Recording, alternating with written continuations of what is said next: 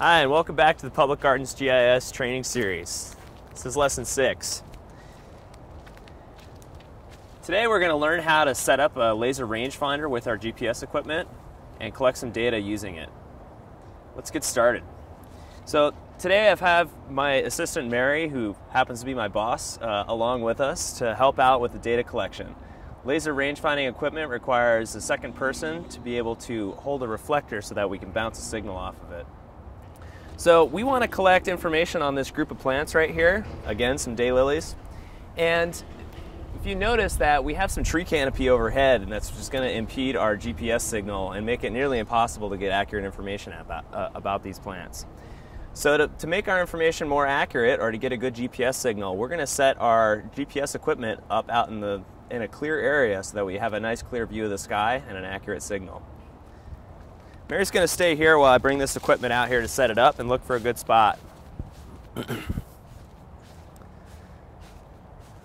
And this spot out here, out in the sun, has a nice clear view of the sky and plenty of clearance, so we'll be able to get a good accurate GPS signal.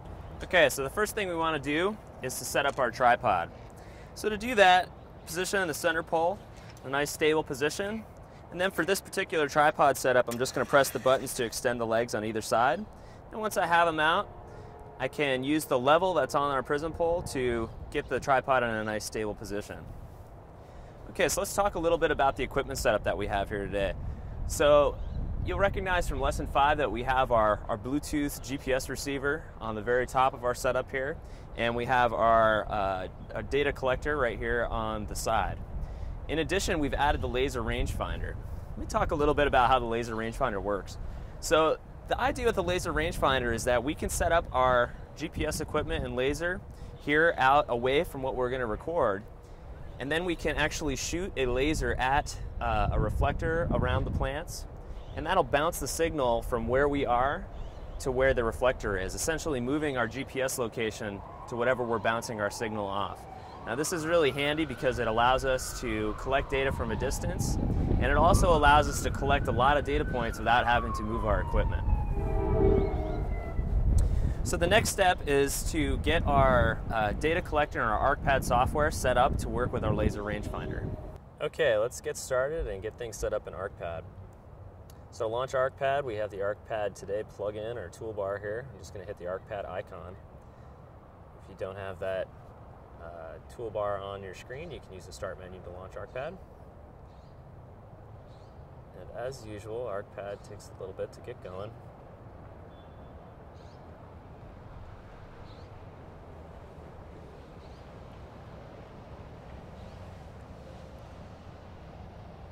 So the first thing we're going to do when we get into ArcPad is to open our map that we've been working with,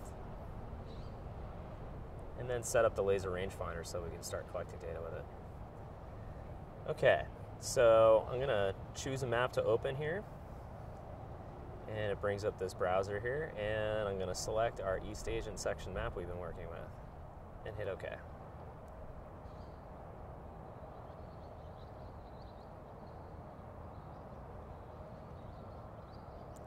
And ArcPad will slowly load that in, and you should see the aerial photo, the East Asian section of the UC Davis Arboretum load up for us.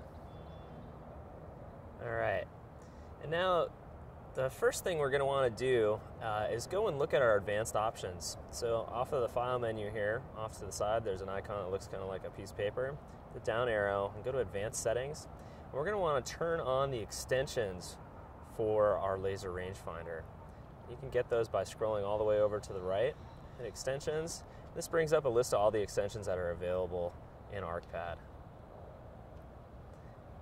And if you ever have a problem with something not working the way it should, this is always a good place to go look and make sure the extension's on.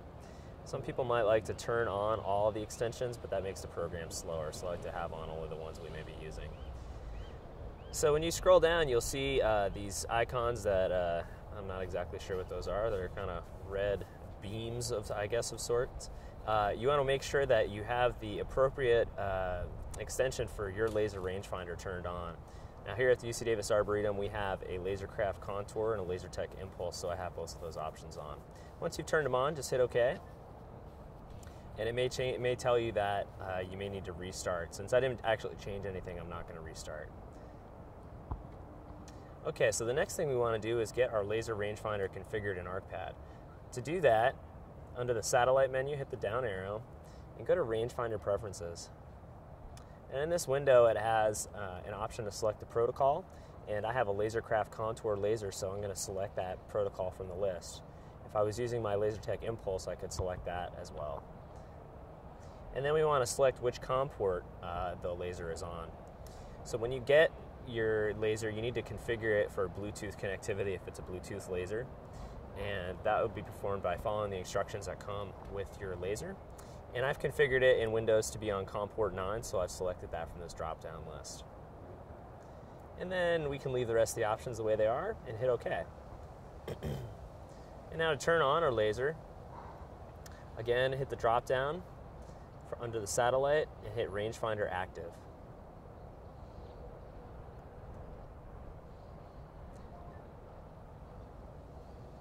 And we have a bit of an error. So sometimes these kind of errors can happen if our laser rangefinder is not on. So after a while, our laser rangefinder has turned itself off, so I'm going to go ahead and turn that laser on and wait for it to be ready. And once it reports that it's ready, I'll try to activate the rangefinder again.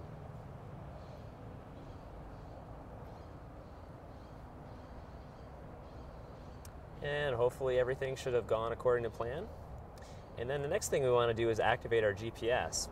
Okay, so to activate our GPS, first make sure that the GPS receiver is turned on. And then hit the down arrow under the satellite menu and hit GPS active. If you've gone through lesson 5 again, everything should be configured to work properly. And it'll take a little bit for things to get going. And as in lesson 5, it will report the status of our GPS down at the bottom. And if we want to take a closer look at how things are going, you can always click on this status bar at the bottom to bring up the GPS properties window.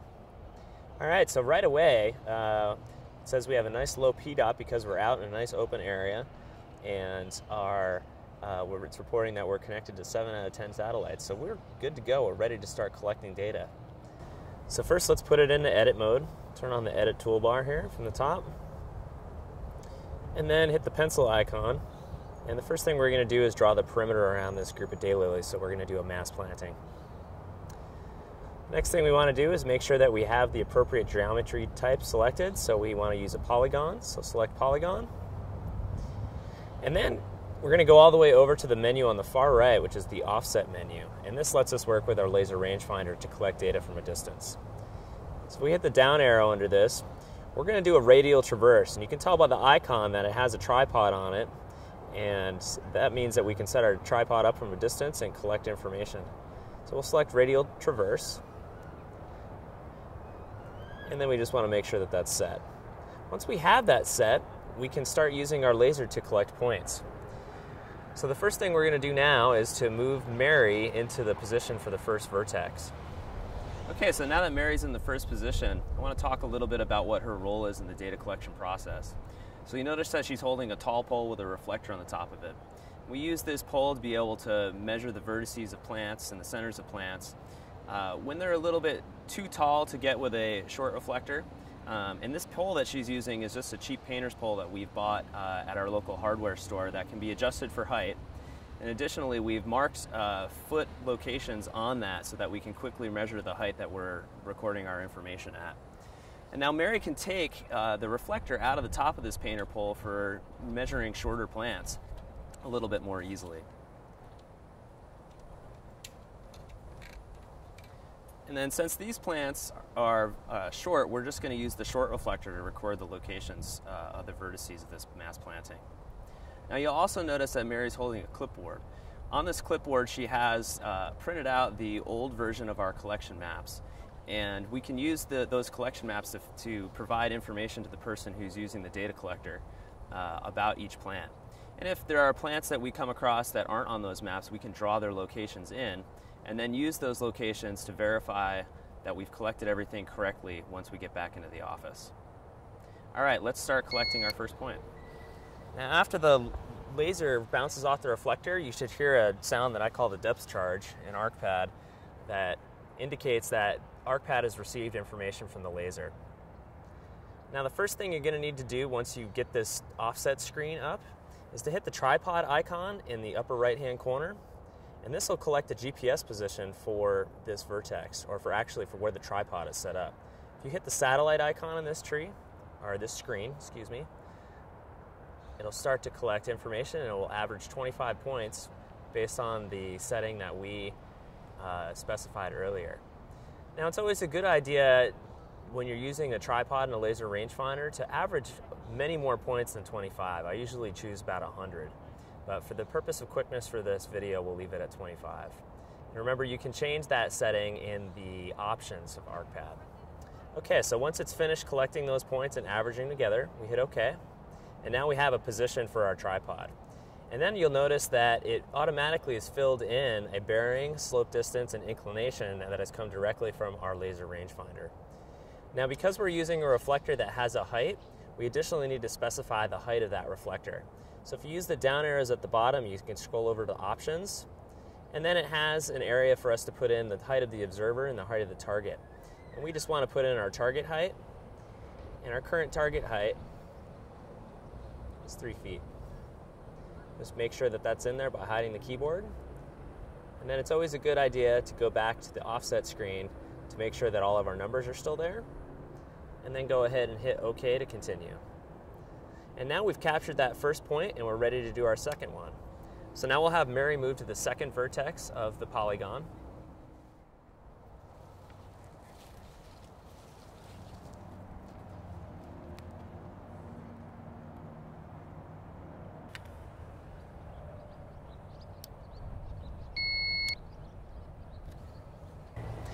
And again, you'll hear a noise from your laser rangefinder, and then that information will show up immediately in ArcPad.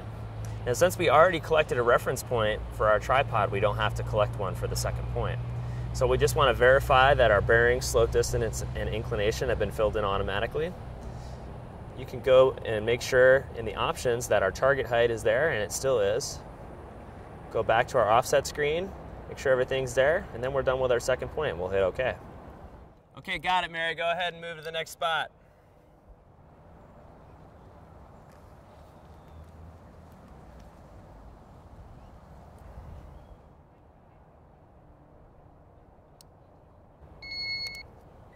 Got it. And again, we'll hear the depth charge sound indicating that our information has been received by ArcPad, and we'll see that our numbers have been filled in. And since we know that our target height remains or stays in ArcPad, we can just go ahead and hit OK and quickly take the fourth point. All right, spot number 4.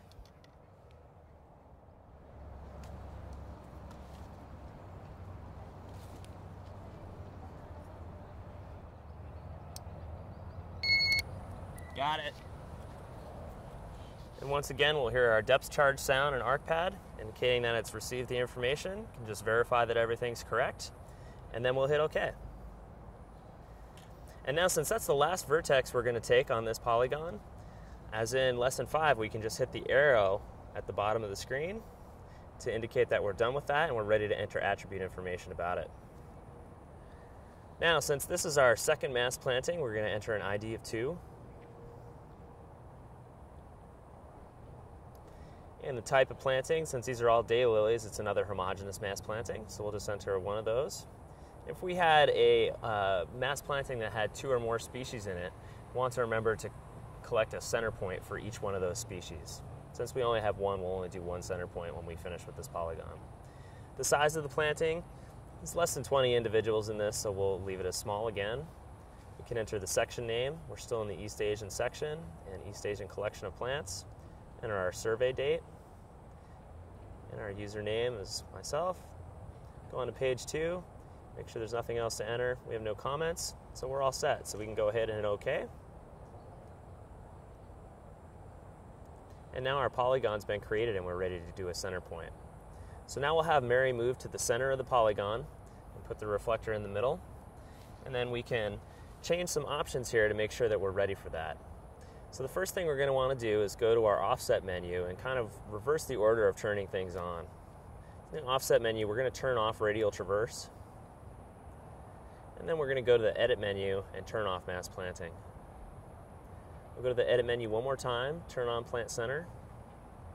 And now we're going to be doing an offset of a point instead of a radial traverse. So we go to the offset menu and turn on offset point. And that'll be highlighted at the top of the screen. Okay, now we'll have Mary move on to the fourth and final point.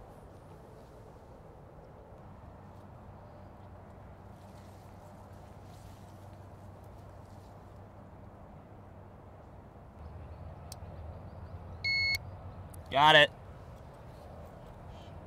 An ArcPad will indicate that it's received the information from the laser again with the depth charge sound, and we can verify that everything's in the same spot, or all the measurements are correct. Our reference point won't need to be changed because it's still active or still stored in ArcPad from our last measurements.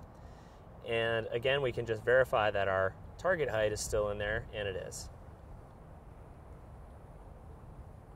So if we're confident that everything looks correct, we hit OK. And you may get this information if you use Trimble's GPS Correct software. It prefers that you take a new GPS reading every time that you take a new or record a new feature. So you can choose to record a new point every time, or you can choose to ignore this message, but it does make it easier to correct your data back in the office, which we'll address in Lesson 7 if you have taken a new reference point every time. So I'll hit OK to this. And now we're ready to enter information about this plant center. So this is our second plant center, so we'll enter an ID of 2. Type, again, it's a herbaceous. Accession number, if you know it, you can select it from this drop-down list. I don't know it for this plant, so I'll leave it as the default is unknown. Now again, as we mentioned in the previous lesson, I'm going to skip entering the genus and species and some of the other taxonomic information, and just skip to entering the scientific name in the effort of saving time. So go to page 2. From the scientific name drop-down, we can select the appropriate daylily. So we're going to say that this one is Hemerocallis Miss Tinkerbell. And for the plant size, again, because this is part of a mass planting, we're going to enter 0. Now, if this was an individual plant, we'd actually want to measure the radius of this plant from the center to the outside of the canopy. We'll leave the plant size units as inches. On page 3, we'll enter our section name and our collection name from the drop-down list. We'll leave our reference grid, latitude and longitude blank, so we can enter those back in the office. Survey date, we just go ahead and hit the checkbox for that. Survey username, myself. Update information we'll leave blank. And then when we get to this page, we want to make sure that we link this plant center with our mass planting polygon, so we enter the ID of that as 2. And then enter any comments if you wish. Once we're done with all the attribute information, we go ahead and hit OK. And it goes ahead and completes that polygon with the plant center point in it for us. If we want to verify our work, we can hit the globe icon, grab the zoom in tool, and zoom in to where our GPS location is on the map. And now, this time, since we've done things as an offset, you can see that the red circle indicates our current GPS position, and the polygon is delineated here as this kind of off-sided rectangle, and then our center point is right inside of it. And that pretty much does it for this. So if we want to close out of this and save our work, you just go ahead and select the ArcPad icon here and hit exit, and everything will take care of itself. Okay, so that concludes Lesson 6. So today we learned how to collect GPS data using a laser rangefinder. And in Lesson 7, we'll go back into the office and learn how to download our data off of our data collector and post-process it in preparation for creating maps. See you next time.